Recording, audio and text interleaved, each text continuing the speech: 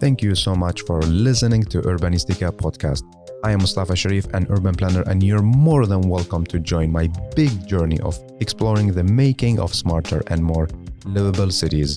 Please don't forget to follow Urbanistica on the different social media platforms, and also let's connect on LinkedIn. Big thanks to Urbanistica podcast partner, AFRY. AFRY is an international engineering and design company providing sustainable solutions in the fields of energy, industry, and infrastructure. Are you ready for a new episode? Let's go for it.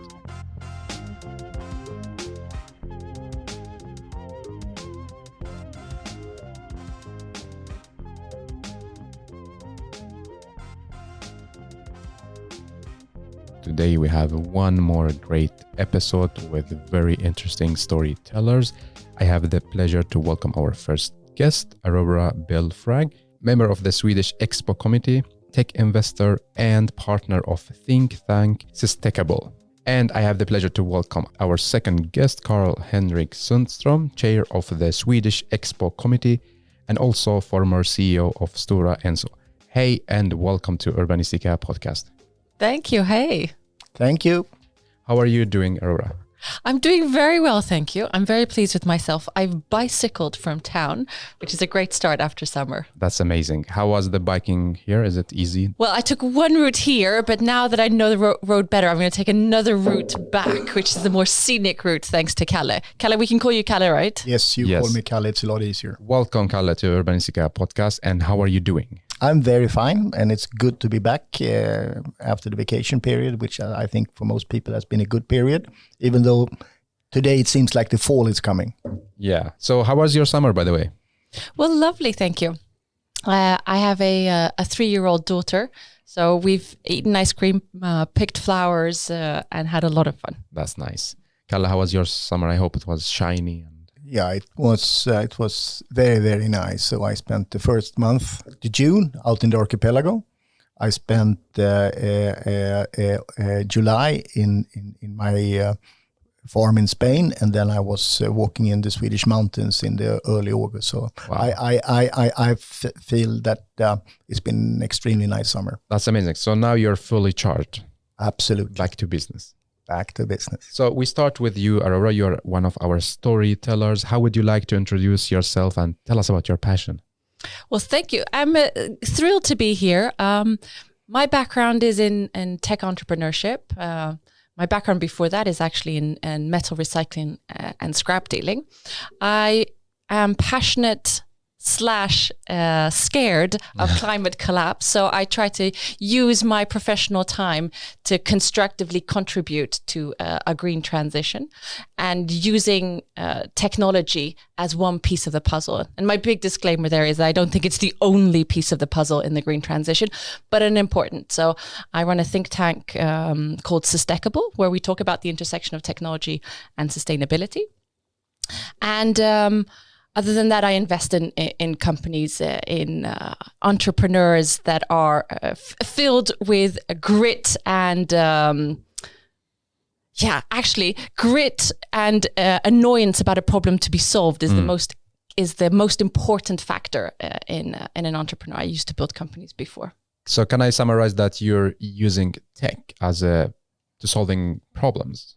Yes, as a component in solving problems. Yeah. Because the more I think about it, the more I've come to the realization that technology isn't the one and only problem solver, but it is it is an important tool in facing many of the challenges ahead. Exactly. It's good to have you here. Kalle, how would you like to introduce yourself? Tell us about your passion. So first of all, I am semi-retired.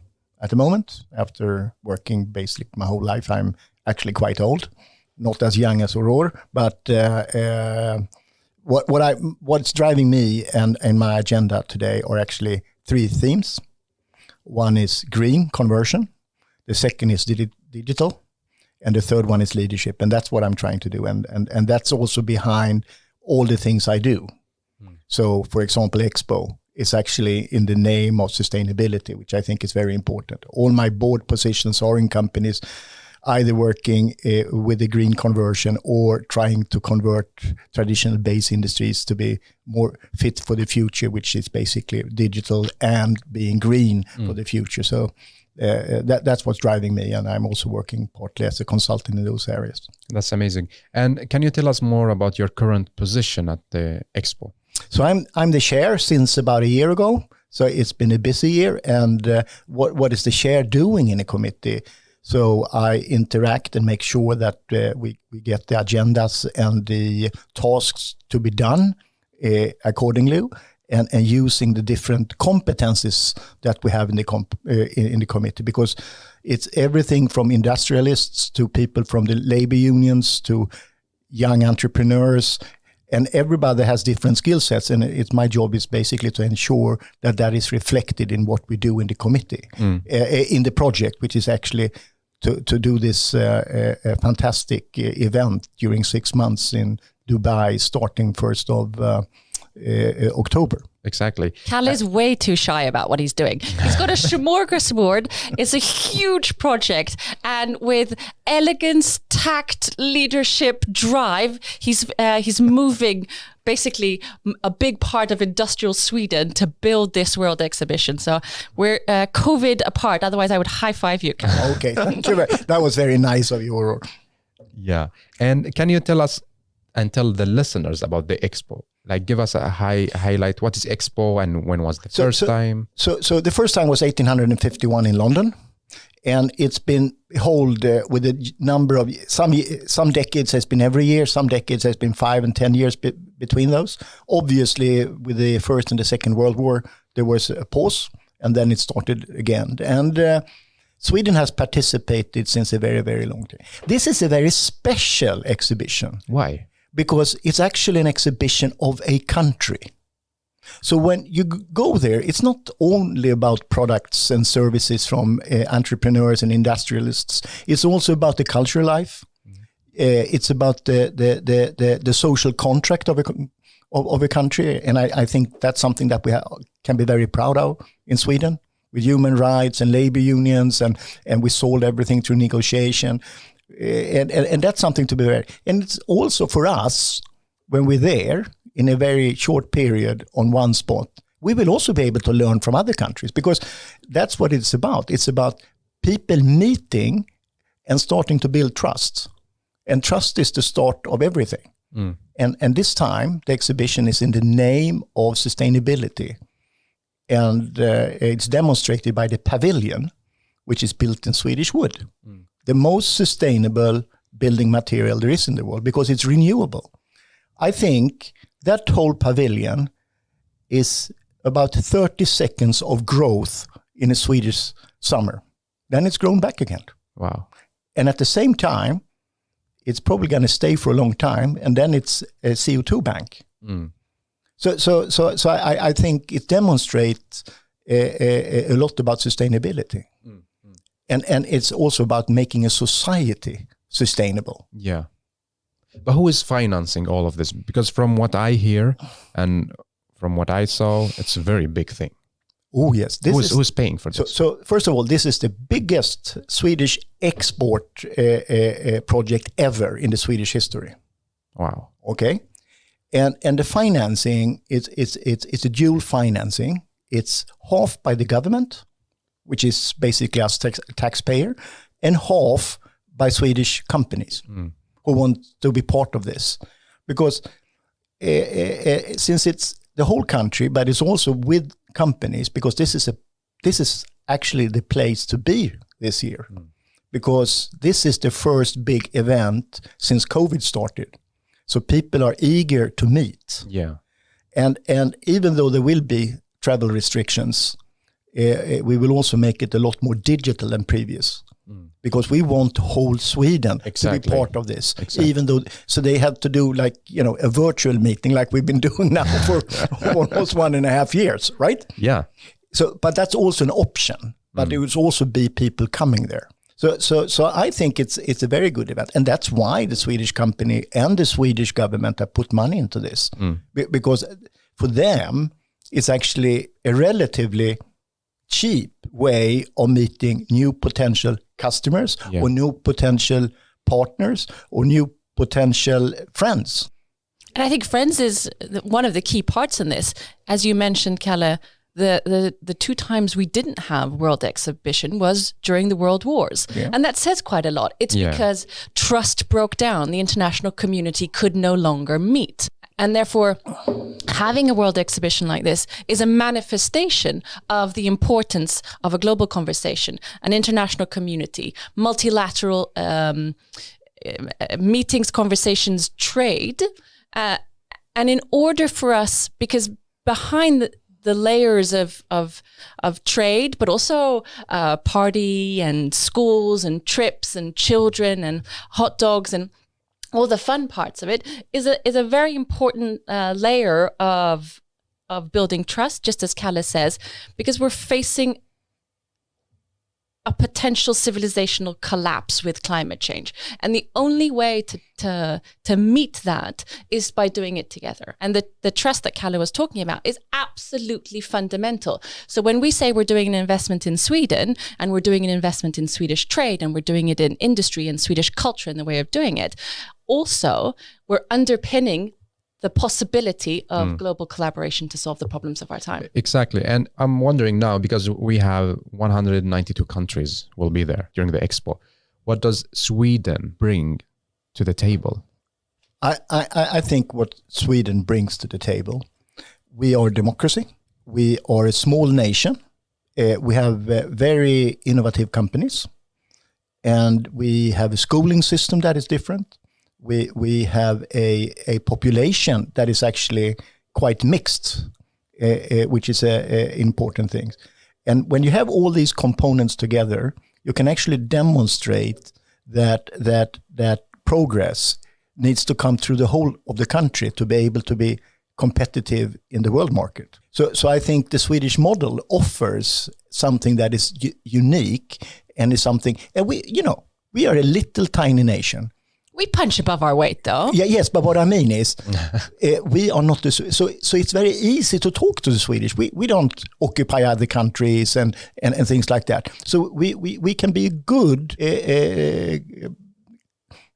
brother or a good sister for somebody who wants to develop the countries, because there is no fright or threat being close to Sweden. So I think that's a really good point, because historically we have in our DNA, we've proven to be the humble negotiator, the moderate person in between. And we have quite famous Swedes that have gone within conflicts and helped negotiate.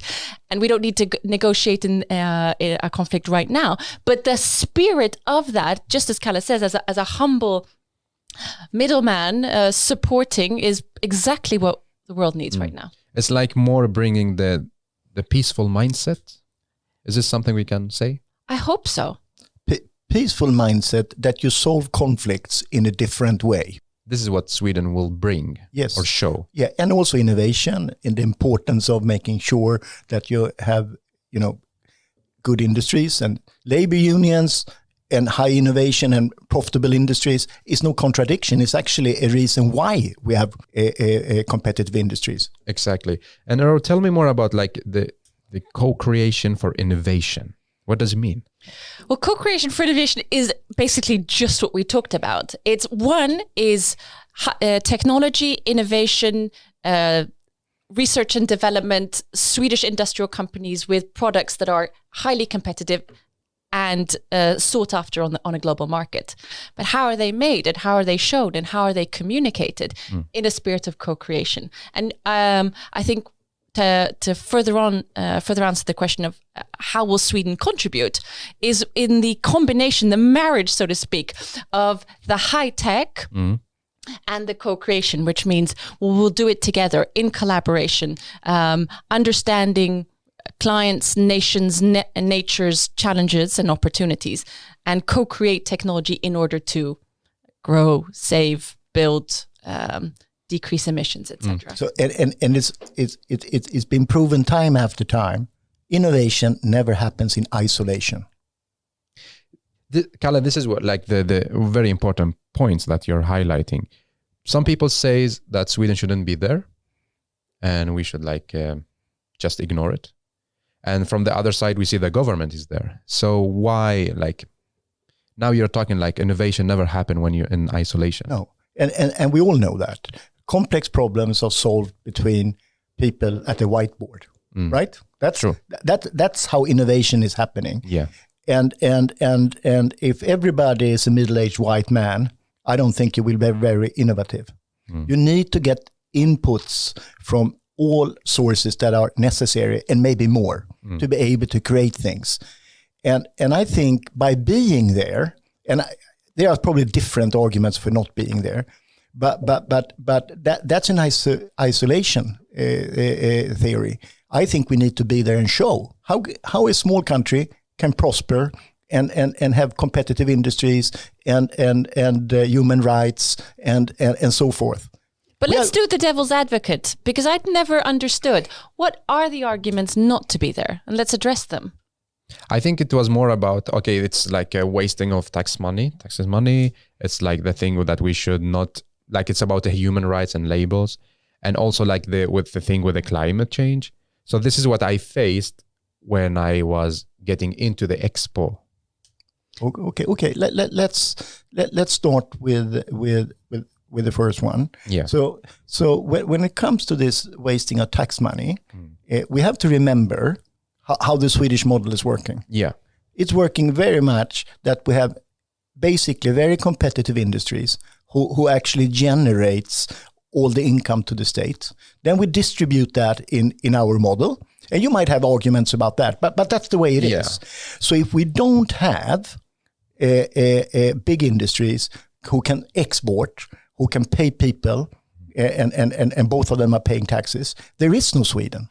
So if we don't have an industry that can export, there is no income coming into Sweden, because we need to get sources in. So that I don't agree with. And the other thing is, if we don't go and tell other nations that we have found a model that we think are pretty good, and we having a democracy, we have high standards of living, isn't that better than just to say we don't go there, we don't help them, we don't give any contribution? So that I think. And then we have the climate change, and I think it should be a bit restrictive with travel, but we also need, because what Swedish industries and Sweden stands for is very much about the substitution effect, because this is the first time in a long period that we have an existential crisis of the planet. So even if we forbid all CO2 emissions in Sweden, that's not even a rounding in the total. But if we can get people to work in a different way, better energy management, material management, how you can use a circular economy, new business models, which that is basically what a lot of the Swedish industry is selling. Then we won't save the planet. Exactly. Period. So, I think it's what is your reflection? It's exactly the same. And I think from a climate change perspective, we can talk about the trips back and forth, etc. Sweden to Dubai. Sweden to Dubai, and everyone to Dubai. And I think basically not by design, but forced on us by COVID. I think this will be the biggest world exhibition in the history of world exhibitions, because it will be parallel physical and digital. So we will be able to people that would never have thought of going to the world exhibition will be able to be inspired, learn, meet, etc. But above and beyond that, this is such a complex challenge, and the fossil economy is so ingrained. So the challenge of switching it to a fossil fuel-free world has so many layers in terms of policy, structure, economy, school, everything. And therefore, the only way we have a sporting chance to do this is by doing it together. And this being one component where the world meets and discusses.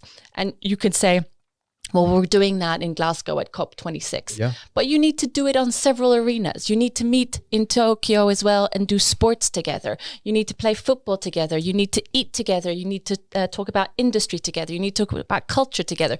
And once you weave that together, you start building trust and the ability to move this transition. And as Kalle said, the Swedish role as the humble negotiator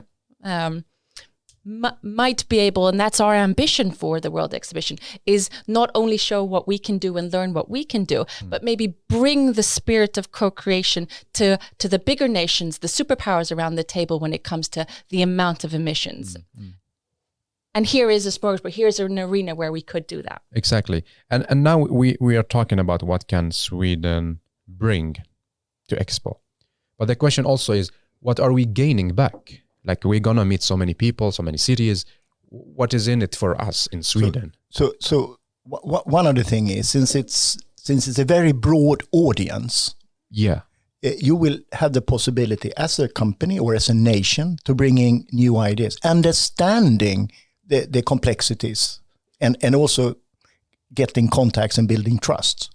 So if we want to have, since I'm coming from the business, I can talk more about that, but if you want to sell sustainable products, you need to understand the market you have to address. Because if you sit up in the north with no contacts and try to make innovations that is going to be, applicable for, say, Africa or Middle East, you need to understand the market in the Middle East, right? True. And then you need to have a broad base of contact. You need with authorities, with companies, you need to understand the climate, etc. So we're coming back to this. Innovation doesn't happen in isolation. So we need to understand. And we need to learn, it's a two-way communication. So how do you turn a fossil economy into a non-fossil economy? You need to understand, how can you do that in a sustainable way, making sure you keep, human rights, democracy, etc., at the same time. Because just saying no, and then suddenly we decide that the livelihood of maybe 90% of the population is going to be at risk. And then we won't save the planet. And on top of this, one of the things I've been thinking about a lot during COVID is some sort of medial or generational strive for perfection, in that it needs to be exactly perfect, or we need to know the outcome. We're going to take these steps, and this is exactly, because your question... We count every single thing. Because your question is, what is Sweden going to win? Yeah. And we can calculate a small part of that, but the big part we can't calculate. We can't, because it is in all these intangible parts of trust and meetings and serendipity. But that doesn't mean it doesn't count, because you can't put it in the Excel sheet. And I think also, when it comes to complex challenges, we don't know. We have to take one step. We have to learn, talk, discuss, and take the next step. Our obsession with knowing exactly what to do, exactly the outcome, exactly the cost, and exactly the timeline is creating decision-making anxiety, because it's impossible when it comes to challenges of this magnitude. I can give you an example. I worked in the telecommunications business for over 22 years. Wow. And when the mobile system was invented, there was a very famous consultancy company said, maybe we get 5 million users worldwide. And that company did not develop the mobile communication. Okay. Yeah. While there were other companies who said, maybe this was personalization. I have my own phone. Yeah. It's such a big thing, because in the early days, speech quality and a lot of other things was not the same as a fixed line. But guess what? That consultant was wrong. So, there are uncertainties, and many of those things that when you have a long-term innovation, say 15 years, because that's usually what it takes, means that you have to have a gut feeling. Some of them were right, and they will become very successful, but there's also a lot of losers. So you can't calculate everything. You need to have a gut feeling as well. Yeah. Plus, it's very low risk moving to fossil free, because we know we're going to do it. That is not a bet. We know that is... we have to. We have to. Yeah. So this is actually one of the biggest innovation opportunities for mankind, and we know where we're going to go. We just don't know the exact steps. And that's where Sweden, you and I, have an opportunity to build something and contribute. Yeah, so to give you some numbers. Give me. If you take all the charges for CO2 like we have in Europe or we have in Sweden, at the same time, if you take that globally, that's about $2 to $3 per ton. But the subsidies of fuel in the world, it's about 108 times higher. Wow. Instead of giving food, this is crazy. If you just do these things, and I understand you subsidize food, but why do you subsidize something that is destroying the planet? And we're still doing it in EU. Yes. In 2019, it was 137 billion euros going in subsidies and tax. What's it called? Credits or tax subsidies within the EU in direct counter to the Green Deal. So let's not pretend that we don't have challenges and that there aren't conflicts that need to be solved on the way to a green transition. Do you believe EXPO will contribute to solving these kind of challenges? Definitely. Otherwise, we wouldn't be sitting here. And I think it is by constructively, and I started by saying that it's a passion and an anxiety, and it's by using that anxiety to constructively identify opportunities, routes forward. Because by only being negative, pessimistic, or scared, which I sometimes am, you don't move the needle. But by identifying opportunities, addressing ways to do it, assembling teams, just as Kalle says, that together with both serendipity, brain power, heart power, and the stress of time, you can start moving. And this is one of the important opportunities in near time.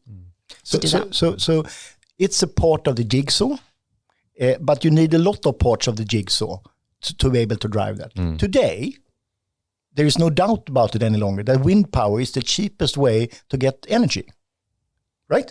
Yep. When they started some of these windmill makers 20, 30 years ago, that was not the case. But that's through innovation and volume. It's a lot of important things that we need to do. And if you are a fossil-based economy, like we have some countries, they need help to transform themselves, right? Yeah, exactly.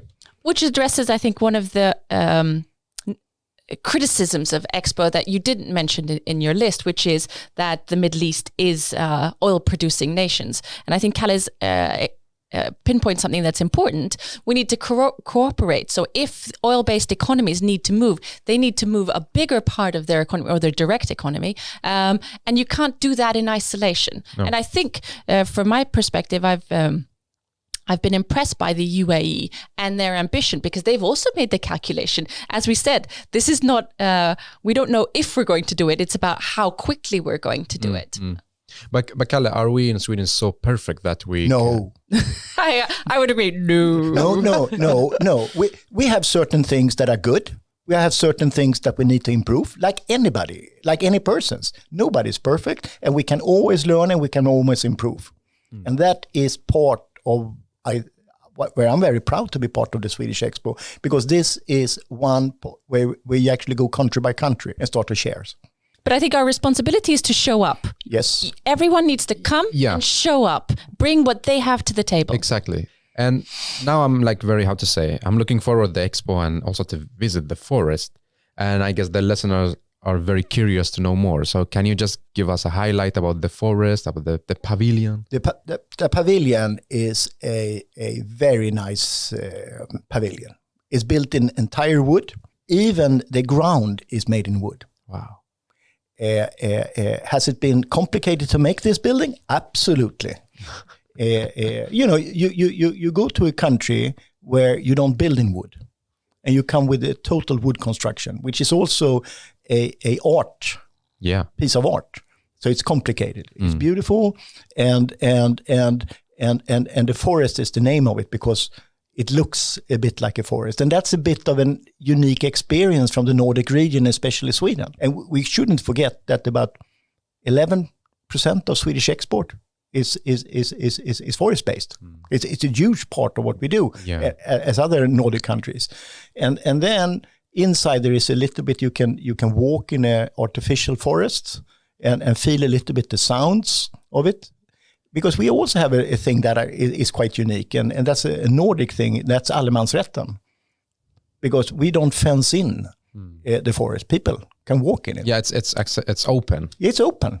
As long as you do it under certain, with respect to the landowner. But you can pick the berries and the mushrooms and stuff. That's quite unique. And that's because we are, very few people in the country that is covered 70% by forest. 70%. It's huge. I've been asked by colleagues from other countries, how many forests do you have in Sweden?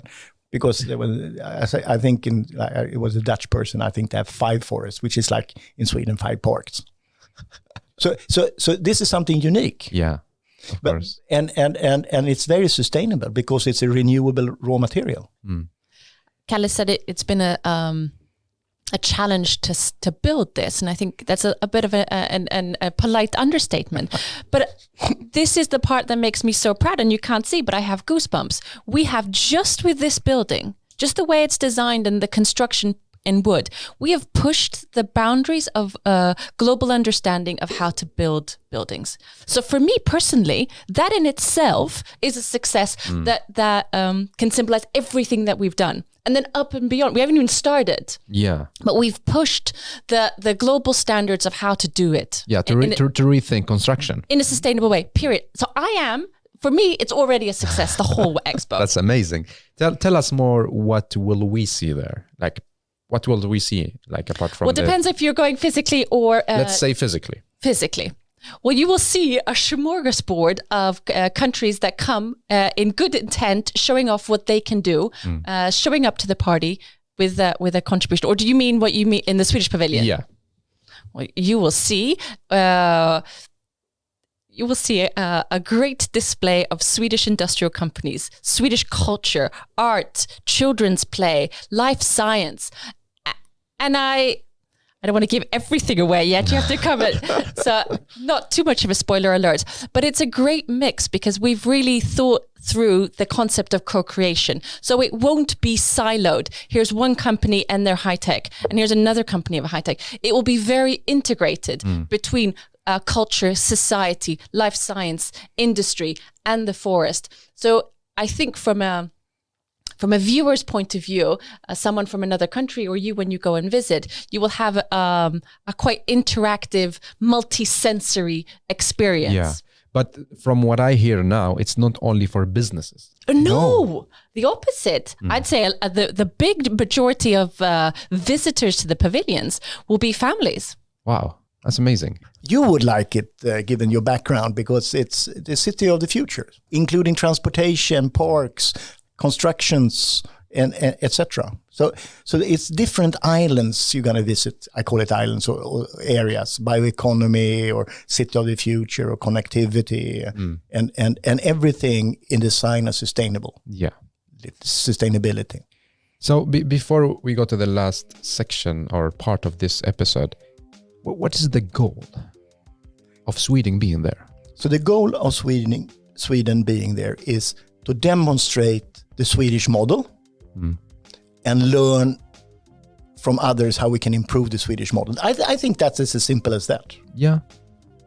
And for me, everything I do and everything we should do and everything that everyone is doing is about saving the planet. And this is one of the pieces of that puzzle. Exactly. So I'm really happy to talk to you and looking forward to the opening ceremony. Will you be there? In the committee, we have not traveled to Dubai. Not yet. No. Wow. No, because it's been COVID.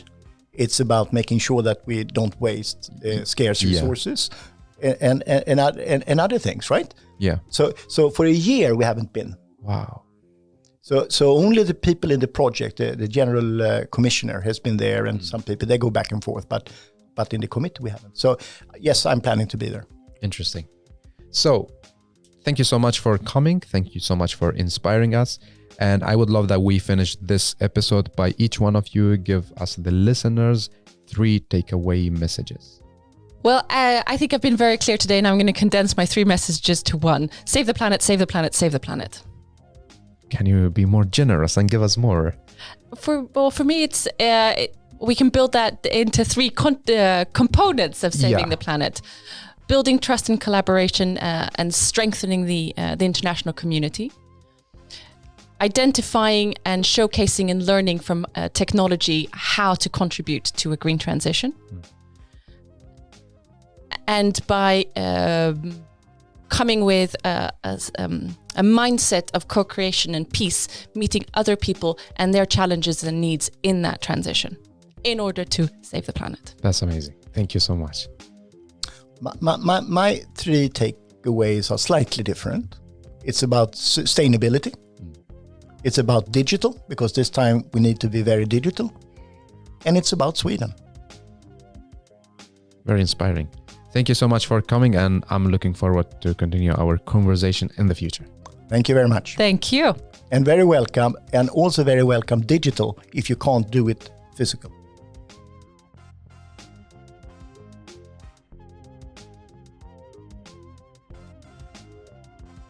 Well, thank you so much for listening to Urbanistica podcast. I hope you really enjoyed this episode. You learned something new and also got inspired by the guest. Don't forget to share the episode on your social media and recommend it to people you think they are really interested in this topic. Thank you so much again for giving your valuable time to Urbanistica podcast. I am Mustafa Sharif. Keep up the good work. Keep loving cities.